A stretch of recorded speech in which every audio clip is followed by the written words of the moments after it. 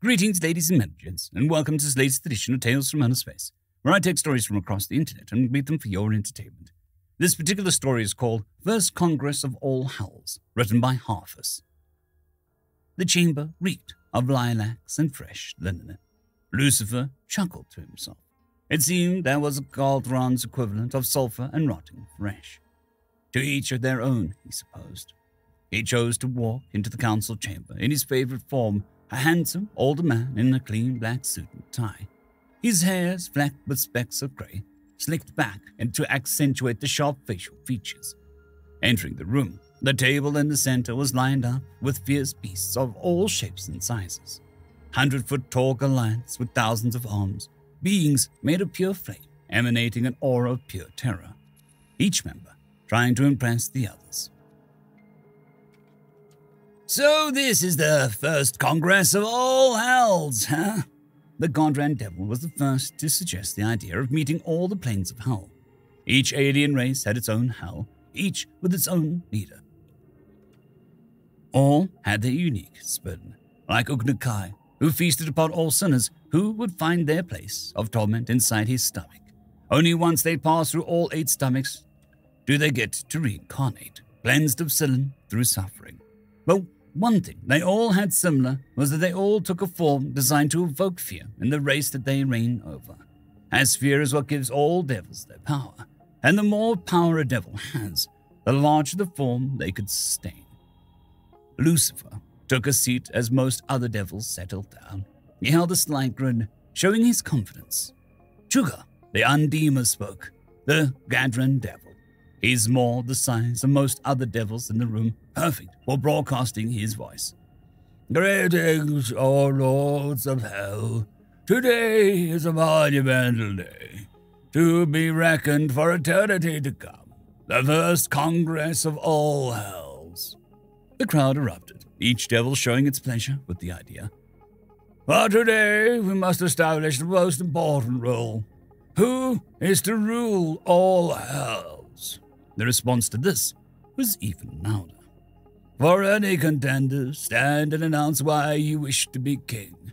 The giant pounded his fist into his chest, stood up from his seat, and spoke again before the other devils could. I, Jago, the Undeemer, should be king, for I clearly can accomplish many things. Look at this meeting. None of you even had the idea. Without me, you all would be lost. Immediately, 29,917 of the 30,000 devils stood. Convenient how there are 30,000 devils, Lucifer thought, leaning back into his oversized chair as the titans around him began their shouting match. I, Nahar, devil of the Magoo race, should be king. Born of raw evil, I cleanse the Magoo homeworld, drowning millions in acid. And I've done this 13 times so far. Clearly, none more wicked than I. I beg to differ, for I, the wrath of the Nixie people, have led thousands of Nixie men, women, and deter to positions of world leaders, leading millions into death and torture, and endless strife in the whole world today. Looks like the Nixie have 3 genders. Must be fun to play around with lust, Lucifer mused. A giant flaming sword entered Visiv's gut, dropping the immortal to the ground in pain. It could not die, but it could feel pain. The tallest devil in the room by several miles raised the sword and stood atop the table. I, Tung Ek Ogua, should be king, for I am clearly the strongest devil here, ruling over the Trogian race, giants amongst all others. I am destroyer of worlds, master of fear. All who would stand opposed to me, I shall give you all the mercy of sitting down in the next few seconds if you desire to avoid this pain and shame of defeat in combat. 29,916 devils sat down. The giant loosed a fang, smiled, and roared in triumph, spewing flame from his mouth. 1 devil stood up. 2 of the 30,000 devils were standing. Who dares challenge me? Introduce yourself, puny devil. Lucifer jumped onto the table in a graceful manner, so small compared to Tongue et Agro that many devils had a hard time seeing him, even thousand-eyed Trigglog. I am Lucifer, devil of the human race, father of lies, grand czar of being an arsehole, etc., etc. And I must say, I am wholly unimpressed with what I've seen here today. Tongue let out a roaring laughter. Well, Lucifer, I must say that you are at least entertaining. But you are the smallest devil by far, and can't possibly challenge me. I will give you another chance to sit down. Nice ego there. Your boasts are pathetic. Your form is too. We all know we gain power from one thing, the fear we project onto our people. All of you are trying to act big and scary, trying to be the essence of pure fear. Here's the thing. I used to be a big roaring idiot like you. Goat legs, horns, flames coming out of every hole and all that jazz. At my peak, I was a few miles taller than you. But humans stopped fearing that a while ago. Big just isn't scary to humans, because they realized a long time ago that big can be knocked on its ass. A good example? The war with the Huta race, when they had those planet-sized spaceships that humans ended up figuring out how to kill with skirmishers. Of all the spaceship sizes, the littlest one. So I realized I should take the form of what they already are scared of, what they can't ever defeat. Lucifer took one shoe and spun around to show off his body.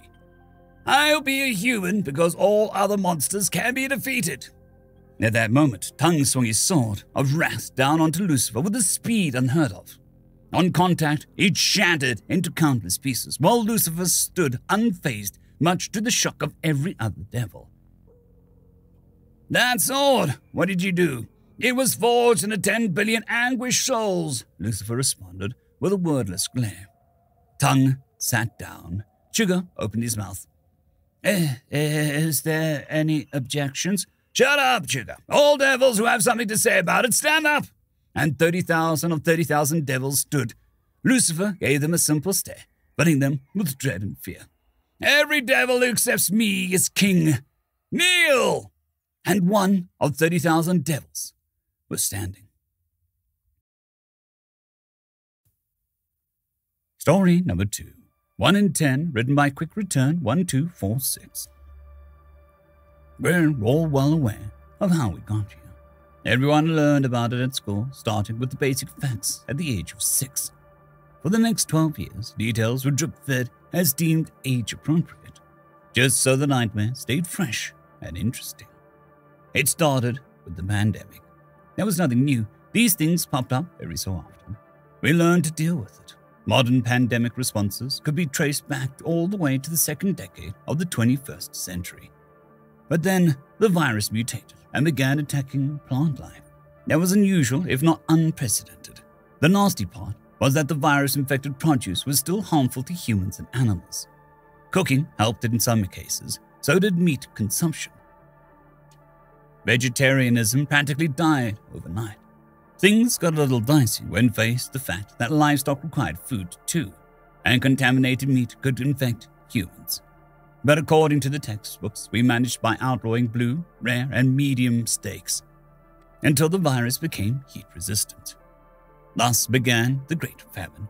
That's when global anxiety gave birth to the twin global panic and global depression, and the greatest modern minds found the greatest ancient solution: decimation. The term Soylent Green upgraded from dark humor punchline to a viable business model, courtesy of Kellanova Unilever, saviors of humanity, whose food processing prowess turned undigestible into balanced nutrition. In one swoop, the decimation solved the age-old issue of world hunger and overpopulation. Bonus, decimation quells uprising and riots.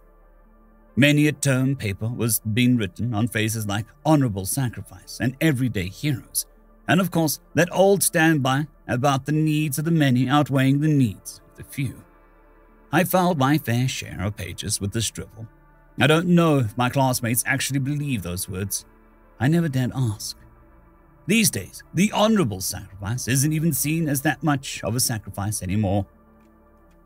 Who are you, after all, but a bunch of electrical signals contained in a mass of grey and white biomatter? You don't need a human body. Transference opens up exciting new career opportunities.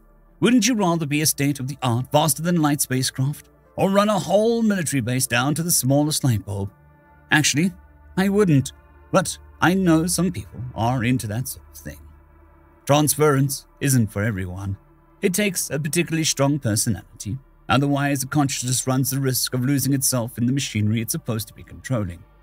Wouldn't you note, the odds of having that sort of personality needs to have the successful transference is 1 in 10. No lottery, no superiors pulling favorites, just a fair and honest personality test. The graduating class of 2438 has 30 students. 27 will walk home. The 3 highest scoring students will never walk again. 3 bodies for the meat grinders. 3 minds for the war machine. I walked up to the front of the class to collect my test results. My heart is threatening to jump out of my chest as I tear the envelope open and stare at the yellowish card inside. 97%. Shit.